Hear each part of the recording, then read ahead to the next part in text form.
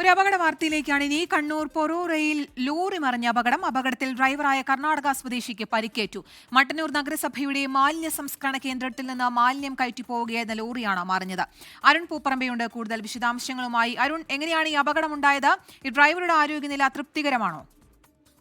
കീർത്തന ഉച്ചയ്ക്ക് 12:45 ഈ അപകടമുണ്ടായത്. മട്ടന്നൂർ നഗരസഭയുടെ മാലിന്യ സംസ്കരണ കേന്ദ്രത്തിൽ നിന്നും മാലിന്യം തരംതിരിച്ച് അത് ലോറിയിൽ കയറ്റി പോവുകയായിരുന്നു. കർണാടകയിലേക്ക് പോയ ലോറിയാണ് അപകടത്തിൽപ്പെട്ടത്. ഈ മാലിന്യ സംസ്കരണ കേന്ദ്രത്തിൽ നിന്ന് ഏതാണ്ട് 2 കിലോമീറ്റർ അകലെയുള്ള പൊറോറ ജംഗ്ഷനിൽ വെച്ചാണ് ഈ അപകടമുണ്ടായത്.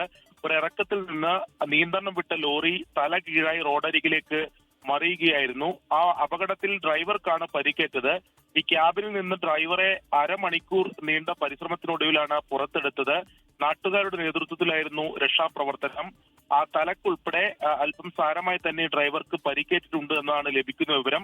സമീപത്തെ സ്വകാര്യ ആശുപത്രിയിലാണ് ഈ ഡ്രൈവറായിട്ടുള്ള കർണാടക സ്വദേശിയെ പ്രവേശിപ്പിച്ചിട്ടുള്ളത്. എന്തായാലും നിയന്ത്രണം വിട്ട മറിഞ്ഞ ലോറി തലകീഴായി മറിഞ്ഞ് കിടക്കുകയായിരുന്നു. നാട്ടുകാരുടെ നേതൃത്വത്തിൽ പെട്ടെന്ന് തന്നെ രക്ഷാപ്രവർത്തനം നടത്താൻ സാധിച്ചു. ശരി, കണ്ണൂർ പൊറോറയിലാണ് മാലിന്യം കയറ്റി വന്ന ലോറി മറിഞ്ഞ് അപകടമുണ്ടായത്. ഡ്രൈവർക്കാണ് പരിക്കേറ്റത്. അയാളെ ഇപ്പോൾ ആശുപത്രിയിൽ പ്രവേശിപ്പിച്ചിരിക്കുകയാണ്. അരുൺ പൂപ്പറമ്പയാണ് വാർത്തയുടെ വിശദാംശങ്ങൾ നൽകിയത്.